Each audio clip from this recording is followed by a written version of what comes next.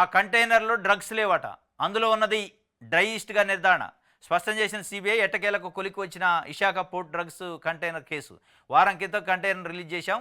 Customs principal commissioner N Sridhar. 2024 మార్చిలో ఎన్నికలకు ముందు, ఎన్నికల నోటిఫికేషన్‌కు ముందు, ఆ నోటిఫికేషన్ టైంలో నోటిఫికేషన్ కూడా వచ్చినట్టుంది. ఒక దాదాపు 25,000 కోట్ల రూపాయల విలువైన డ్రగ్స్, కొకైన్, డ్రై ఈస్ట్ పేరుతోని వేరే దేశం నుంచి మన దగ్గరకు దిగుమతి చేసుకున్నారు అని చెప్పి పెద్ద ఎత్తున అప్పుడు పేపర్లో, టీవీలో వచ్చింది. దానిపైన చర్చలు జరిగినాయి. మాదంటే మాదని, మీదంటే మీదని.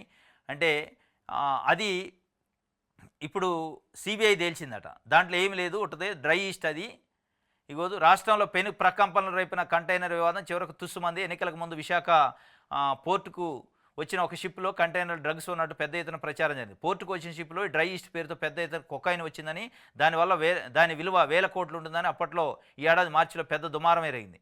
ఇప్పుడు ఆ కేసులో అసలు డ్రగ్స్ లేవని తాజాగా స్పష్టత వచ్చింది.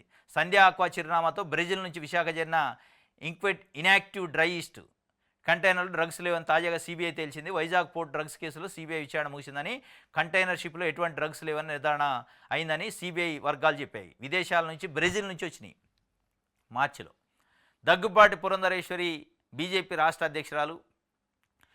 ఆమెకు సంబంధించిన ఆమె బంధువులు వాటాలు ఉన్నాయి దాంట్లో. సంధ్యా ఆక్వాలో వాళ్ళదే అని వైఎస్ఆర్సీపీ లేదు వైఎస్ఆర్సీపీ నాయకులకు సంబంధించింది అది అని చెప్పి వీళ్ళు తెలుగుదేశం పార్టీ. ఇది మొత్తానికి పెద్ద ఎత్తున మార్చి నెల మొత్తం చర్చ జరిగింది. ఆల్ ఆఫ్ సడన్గా సైలెంట్ అయింది. ఎలక్షన్ అయిపోయినాయి, ప్రభుత్వం మారింది. మరి వైఎస్ఆర్సీపీ నాయకులు అనే ఎన్డీఏ కూటమి పక్షాలు అన్నాయి. లేదు ఎన్డీఏ కూటమి పక్షాలకు సంబంధించిన బీజేపీ రాష్ట్ర అధ్యక్షురాలు పురంధరేశ్వరి చుట్టాలి అని వీళ్ళు అన్నారు.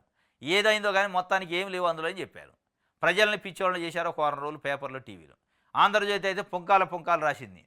అయిపోయి జగన్మోహన్ రెడ్డి అక్కడ ఉన్నాడు, ఆయనే తీసుకొచ్చిండు బ్రెజిల్ నుంచి. దీని వెనక జగన్మోహన్ రెడ్డి ఉండు, ఆయన బంధువులు ఉండరు, ఆయన పార్టీ నాయకులు ఉండరు అన్నారు. మరి ఎడిపోయింది? ఏం లేదట అందులో. మరి ఏమన్నా నిజంగానే ఎన్డీఏ పక్షాలకు సంబంధించి బీజేపీ రాష్ట్ర అధ్యక్షురాలు పురంధరేశ్వరి బంధువులు ఉండి మ్యానిపులేట్ చేసి ఏం లేదని చెప్పిస్తానరా? అసలే లేదా?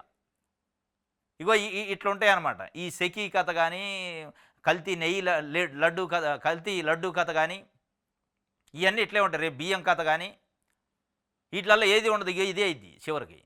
ఈ కేసులన్నీ కూడా మొత్తానికి జగన్మోహన్ రెడ్డి పైన, వైఎస్ఆర్సీపీ పైన మోపాలని చూస్తుంది చంద్రబాబు నాయుడు గారు టీము. కానీ చివరికి ఏమైందంటే ఏమి లేవని రావడమో వాళ్ళ మెడకు చుట్టుకోవడం జరిగింది.